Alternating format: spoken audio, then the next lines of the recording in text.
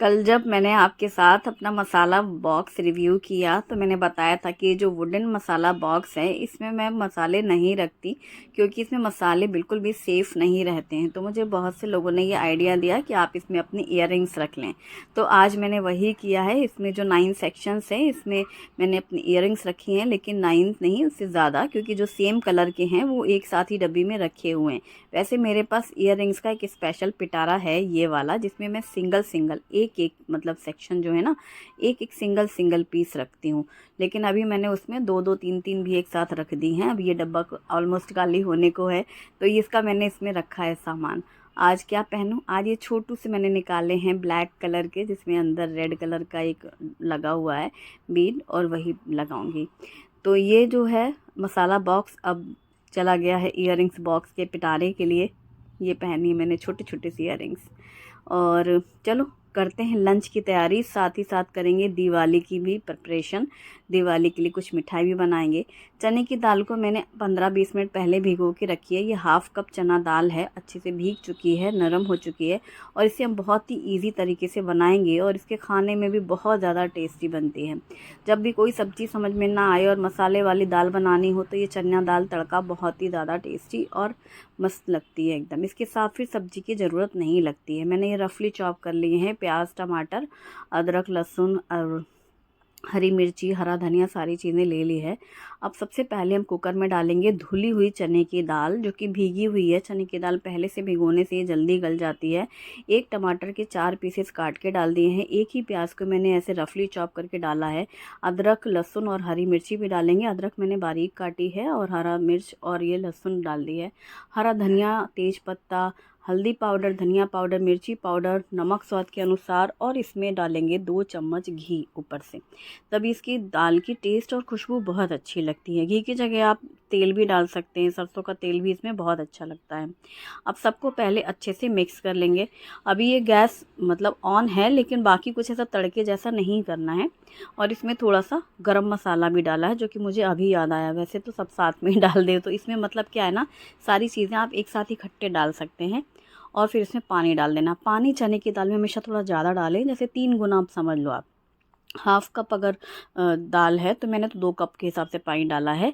थोड़ा ज़्यादा भी रहा तो फिर बाद में डालने का काम नहीं। चावल भी मैंने धुल के रखे थे, तो एक तरफ मैं बना ले रही हूँ, और जीरा राइस, क्योंकि मुझे दिवाली की मिठाई बनानी है, उसमें थोड़ा टाइम लग जाता है। तो मैंने सोचा लंच की तैयारी पहले कर ली जाए, फिर आराम से बनाते रहेंगे। तो यहाँ पर कुकर में मैंने घी गर्म किया है और इसमें जीरे डाले 1 चम्मच, और ये धुले हुए 1 कप चावल थे, जो कि अभी चावल और थोड़ा सा नमक डाल करके अच्छे से मिक्स कर लिया है। घी और जीरे के साथ चावल को पहले अच्छा भून लेंगे, जिससे चावल एकदम खिला खिला बनता है, बिखरा हुआ और नरम बनता है जब हम पहले से धुल के रखते हैं। इसलिए मैंने चावल भी पहले से धुल के रखे हुए थे। तो यहाँ छोटू कुकर में लगा दिया है चावल, और एक एक लाइन खिसकाती जा रही हूँ। मतलब आज जो पहले वाले सेक्शन से मुझे ये जो बर्नर है, इसमें मुझे कुकिंग के शूट करने में ईजी होता है ना, इसलिए मैं यहाँ पर पहले दाल का काम करके दाल को सबसे लास्ट वाली लाइन पे रखा, और फिर छोटू को आगे किया बीच में। और अब यहाँ पर मैंने कढ़ाई रखी है। कढ़ाई में 2 से 3 चम्मच घी गरम करेंगे और फिर इसमें मखाने डाल देंगे। मखाने भून रही हूँ मैं। शुभी की जो आने से पहले लिस्ट थी कि क्या क्या मम्मी जब मैं आऊँगी तो मुझे खाना है, तो रोस्टेड मखाना भी था। मैंने कहा एक एक करके बनाते जाओ, रखते जाओ, सही है। तो दिवाली के लिए स्नैक्स बन रहा है रोस्टेड मखाने, जो कि बहुत ही ज़्यादा सिंपल और टेस्टी लगते हैं बच्चों को। धीमी आँच करके घी में बस मखाने भूनने हैं, और थोड़ा थोड़ा करके मैं घी डाल रही हूँ। इकट्ठे घी डाल दो ना तो एक बारी कुछ कुछ मखानों में घी रहता है, कुछ में नहीं रहता है। तो जब कढ़ाई में धीमी आंच करके, भारी कढ़ाई है और इसमें घी डाल के मखाने भूनती जा रही हूँ। इसमें मैंने नमक डाला है और ब्लैक पेपर पाउडर, बाकी कुछ भी नहीं डाला है, और इसको बीच बीच में हिलाते जा रहे हैं। तो बस इसके बाद बीच बीच में ही मैं घी भी डालती जा रही हूँ। जैसे एक बैच में घी डालो तो जितने मखानों में आ जाए, फिर उसको ऐसे मिक्स कर दो, फिर घी डाल दो। क्योंकि ज़्यादा सा कढ़ाई में अगर घी डाल के रखो ना, तो पहले एकदम से कुछ मखानों में जाता है, फिर कुछ में नहीं रहता है। तो इस तरीके से करके मैंने भून लिए हैं, और गैस अब बंद कर दी है। कढ़ाई गर्म है तो इसलिए उसमें छोड़ दिया है। अभी थोड़ी देर में उसको निकाल लूँगी मैं। तब तक मैंने यहाँ पर काजू और बादाम लिए हैं, जिनके हम टुकड़े कर लेंगे। बादाम को मैंने एक बादाम से ऐसे 4-5 पीसेस जितने हो सके छोटे छोटे बड़े बड़े टुकड़े कर लेने हैं। काजू को भी ऐसे ही टुकड़े कर लिए हैं, और करीब टुकड़े करने के बाद ये हाफ़ कप तो काजू और हाफ़ कप बादाम हो ही गए हैं। ये जो हमने मखाने भूने थे बढ़िया रोस्ट हो चुके हैं, अच्छे से उनमें घी का टेस्ट भी हो गया है और नमक और काली मिर्ची, जैसा कि मैंने बताया था मैं बीच बीच में घी डालती जा रही थी। तो इस तरह से ना सारे मखानों में घी भी रहता है और वो टेस्ट भी अच्छा लगता है। और अच्छे से कुरकुरे हो चुके हैं क्योंकि वो धीमी आंच में भारी कढ़ाई पे मैंने इनको भूना है। अब ये ठंडे भी हो गए थे और अब मैंने इसको भर के डब्बे में साइड में रख दिया। तो ये हुआ है स्नैक बन गया। सेव मठरी बनी थी, आज ये बन गया है। चूड़ा भी बना गया था, रखा था मैंने, और अभी ताज़ा चूड़ा लास्ट में फिर बनेगा दिवाली टाइम पे। तो ये जो मैंने अभी काटे हैं काजू और बादाम, इनको हम रखेंगे साइड में। और इसके लिए अब हम सबसे पहले कढ़ैया रानी को रखते हैं, सासू माँ को, और गैस ऑन कर लेते हैं। तो ये हैं, इसमें डालेंगे घी। घी अभी फ़िलहाल 2 से 3 चम्मच घी ही लगेगा, इसमें ज़्यादा घी नहीं लगता है इस वाले लड्डू में। तो मैंने गरम घी में डाल दिए हैं काजू और बादाम। साथ ही हम कुछ लेंगे सीड्स, इसमें हैं पम्पकिन सीड्स, मेलन सीड्स और सनफ्लावर सीड्स। ये तीनों ही सीड्स के पैकेट थे अलग अलग, मैंने एक ही साथ जार में भर के रखे हैं क्योंकि ज़्यादातर ये सारे सीड्स मुझे मिक्स करके डालना होता है। तो फिर मैंने सोचा अलग अलग डब्बी में क्या भरना, तो एक ही जार में भर के रखा है, तो इसीलिए मैंने उसी से निकाल लिया है। तो पहले घी में काजू बादाम और सीड्स को हम अच्छा फ्राई कर लेंगे क्योंकि इनको भुनने में थोड़ा टाइम लगता है। तो धीमी आँच करके उनको एकदम करारा किया है। अब मैं डाल रही हूँ सफ़ेद तिल। आप इसमें खसखस भी डालना।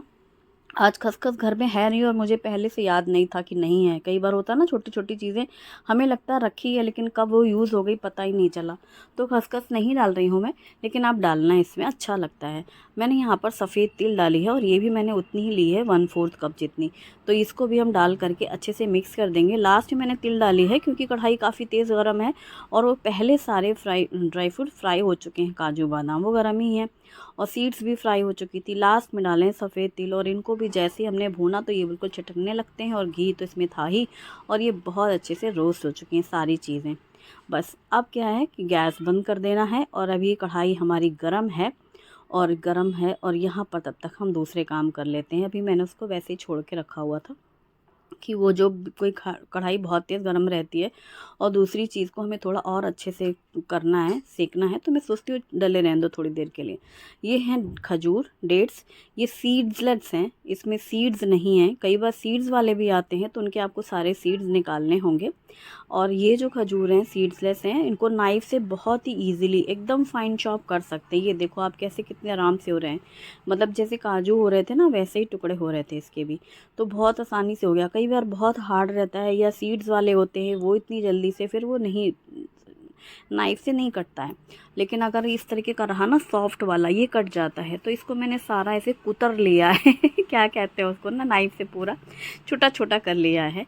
आप चाहो तो इसको क्या करो, एक और भी अच्छी टिप होती है कि आप किसी भी पैकेट में इसको डाल लो थोड़े थोड़े बैचेज में और उसको कूट लो ऐसे, वो जो खलबत्ता होता है तो वो सॉफ्ट हो जाता है, फिर वो भी बढ़िया वर्क करता है। तो यहाँ पर अब मैंने कढ़ाई के सारे ड्राई फ्रूट्स निकाल लिए थे और फिर अभी कढ़ाई में घी डाला है और ये जो खजूर हमने बारीक किया है ये हम इसमें डाल देंगे।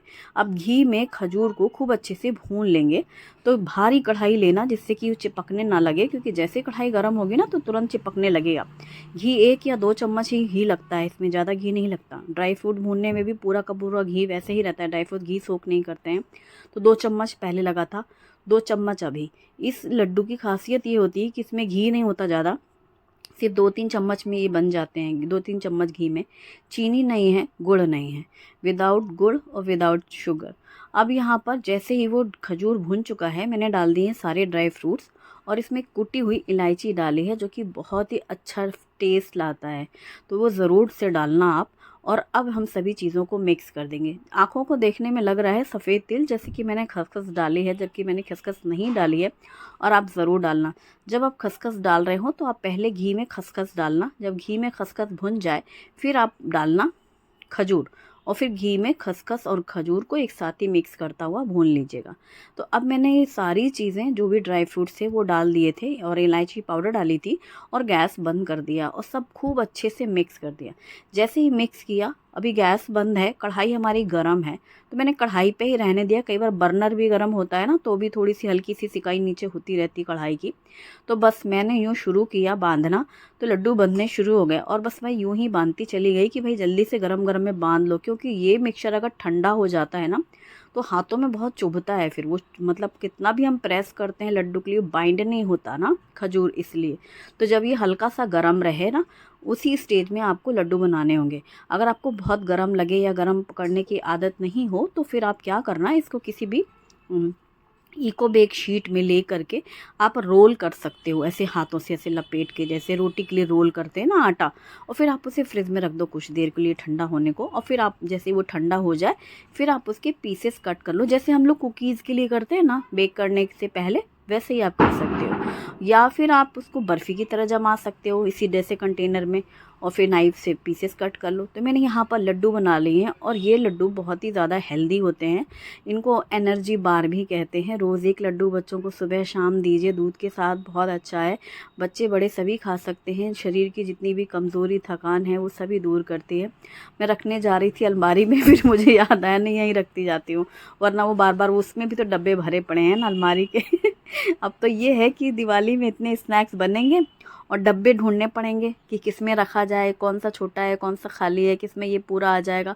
और वो जो डब्बा अभी मैंने लड्डू भर के रखा है, अभी जब मैं बांदा गई थी तो मिठाई आई थी बांदा से, वही थी। पता है ये ड्राई फ्रूट्स के लड्डू मार्केट में बहुत महंगे मिलते हैं, मतलब जितना भी घर में बनाने पे बजट होता है हमारा कि हमने ड्राई फ्रूट्स लिए या घी यूज़ किया, खजूर यूज़ किया, उससे डबल ट्रिपल रेट होता है। आपको पता है आपकी सिटी में ये जो ड्राई फ्रूट्स लड्डू हैं इनका क्या रेट है? तो मुझे ज़रूर बताना सभी लोग, ठीक है? तो उससे हम लोगों को आइडिया लगेगा कि घर में जो चीज़ बनती है और बाहर में कितना फ़र्क होता है। अभी यहाँ पर दाल हमारी बहुत अच्छे से गल चुकी थी। अब मैंने दाल को कुकर खोला है जब पूरी स्टीम निकल चुकी थी, भाप निकलने के बाद, और तड़के पैन में घी गरम करके जीरा, हींग, लाल सूखी मिर्ची का तड़का लगा करके मिक्स किया दाल में। और जीरा राइस भी हमारे रेडी हो चुके थे, धनिया पत्ता दोनों में ही डला है। और अब बन रहा है बूंदी का रायता, जिसके लिए मैंने फ्रेश दही ली है। दही में नमक डाला है और रायता मसाला डाला है, देशी खांड डाली है, और अच्छे से जल्दी से इसको ब्लेंड कर लिया है। क्योंकि अब हो चुका था लंच टाइम। नाश्ते के बाद ही सुबह से सोचा था कि पहले ये दिवाली का काम और ये लंच सब साथ करते रहेंगे, और कब 12 बजने लगते हैं पता ही नहीं चलता। और बस फिर तो तुरंत लगता है भाई जल्दी से लंच बनाओ। और यहाँ पर मैंने दही फेंट ली थी, उसके बाद बूंदी डाली है, थोड़ा सा हरा धनिया पत्ता डाला, और अभी तड़के पैन में तुरंत तेल गरम करके जीरा और हींग और लाल मिर्ची डाल के तड़के करके रायते में मिक्स किया। इसी तड़के पैन से अभी भी मैंने दाल में भी डाला था तड़का, तब मैंने दूर से तड़का डाल दिया था और फिर चमचा साइड में रख लिया था, ताकि उसी तड़के पैन में मैं रायते का भी तड़का यूज़ कर लूँगी। तो ये दोनों ही काम हो चुके हैं, दाल चावल और रायते का काम। और ये बहुत ही टेस्टी वाला खटखट वाला अमरूद है, तो अमरूद की सैलेड बनाएंगे। अमरूद की चाट मैंने रेसिपी शेयर की थी ना, वो बहुत गज़ब की थी यार, मतलब चटकारे वाली। अभी मैं काटती जा रही हूँ और अभी मेरा दिल कर रहा है कि काश वो चटनी से मिक्स करते तो मज़ा आ जाता। मतलब चटनी में करना कुछ नहीं होता है, लहसुन अदरक और हरी मिर्ची, हरा धनिया, और साथ में सरसों कूटना है और इसमें मिक्स कर लेना है। तो ये फ़िलहाल हम बहुत सिंपल सी, मैंने इसे गोल गोल काट लिया है जैसे हम सैलड कट करते हैं। इसमें नमक, मिर्ची और थोड़ा सा जीरा पाउडर और थोड़ा चाट मसाला, और हाँ एक मेन आइटम नींबू का रस, वो इसमें ज़रूर निचोड़ देना। फिर जो नींबू की खटास आती है और मिर्ची का तीखापन आता है, चटपटापन, और जीरा और चाट मसाले की जो स्वाद आता है, ये अमरूद खाने में बहुत गज़ब का लगता है। फिर तो मतलब पूछो ही मत, लगे खाना साइड में रखो, चलो यही खा के पेट भर लिया जाए, इतना टेस्टी लगता है। तो ये मैंने काट के साइड में रखा है। तो दाल चावल और ये बूंदी का रायता, और जल्दी से मैं बना रही हूँ चपाती, फुलके सेक रही हूँ मैं। और ये है हमारा सिंपल सा लंच। अब क्या दिवाली के त्यौहार में दिवाली के भी देखो काम रहते हैं, कुछ ना कुछ भी तुम करने बैठ जाओ किचन में। अभी मैंने ड्राई फ्रूट्स काटे थे, खजूर बारीक किया था, फिर वो भूना था और लड्डू बने थे। मखाने सिर्फ पहले भून लिए थे, भून के रखे ही हैं केवल। ऐसा लगता है कि सिर्फ इतना सही तो था, सिर्फ भूनना ही तो था, सिर्फ काटना ही तो था। लेकिन जब यार किचन में काम करने लगो ना, वो काटना और भूनना और उठा के रखना, उतने टाइम में भी टाइम को देखो तो कैसे भागता है, स्पेशली जब लंच आवर हो और डिनर टाइम हो। और हमारे साथ दिक्कत क्या है, ये सब काम हम शाम में नहीं कर पाते। क्यों? क्योंकि फिर हमें शूट करना होता है। फिर अब ऐसे आलस आता है ना शाम को, अब चाय वाय पी लिया, लग रहा अभी करें कि नहीं करें। ऐसे एक साथ काम होते रहते हैं तो हो जाते हैं। और हमें क्या सिर्फ एक रेसिपी नहीं शेयर करनी होती, हमें दो चार रेसिपी शेयर करनी होती हैं साथ में जो हम बना रहे हैं। तो इसलिए वो कंटिन्यूइंग हो जाता है सारा काम इकट्ठे। इसलिए या तो मैं मॉर्निंग शूट करती हूँ या फिर मैं डिनर शूट करती हूँ। तो इसलिए फिर उसी टाइम पे मैं काम भी कर लेती हूँ कि इकट्ठे सारे काम करवा लो, जो भी करवाने हैं लगातार 4 घंटे, और ये बीच बीच में छोटा छोटा सा शूट करने में अब उलझन होती है। और बस फिर मैंने बर्तन भी धुल डाले हैं सारे, और बर्तन धुलने के बाद वो सारे सूख भी गए थे, फिर सब ट्रॉली में लगा दिए गए क्योंकि खाना उस वक्त किसी को नहीं खाना था। अब मैं परोस रही हूँ थाली। तो बस दाल को मैंने फिर से एक बार गर्म कर दिया, इसलिए मैंने कुकर में छोड़ ही रखा था कि उसमें फिर से गर्म कर लेंगे। और अभी दाल गर्म करके, और फिर ये बूंदी का रायता है, जीरा राइस है, और साथ में है अमरूद कटे हुए और नींबू वाले, बहुत तीखे चटपटे, और दाल में घी डाल करके। और ये मिर्ची का कूटा है जो कि बहुत ज़्यादा टेस्टी लग रहा था, क्योंकि आज सब्जी नहीं है ना, केवल दाल रोटी जब खा रहे हैं तो ऐसे कुछ चटपटी सी चटनी या अचार बहुत अच्छा लगता है। और ये मिर्ची का कूटा जिसमें ढेर सारी लहसुन और मिर्ची है और मसाला है अचार वाला, तो टेस्टी है। Thank you, bye bye.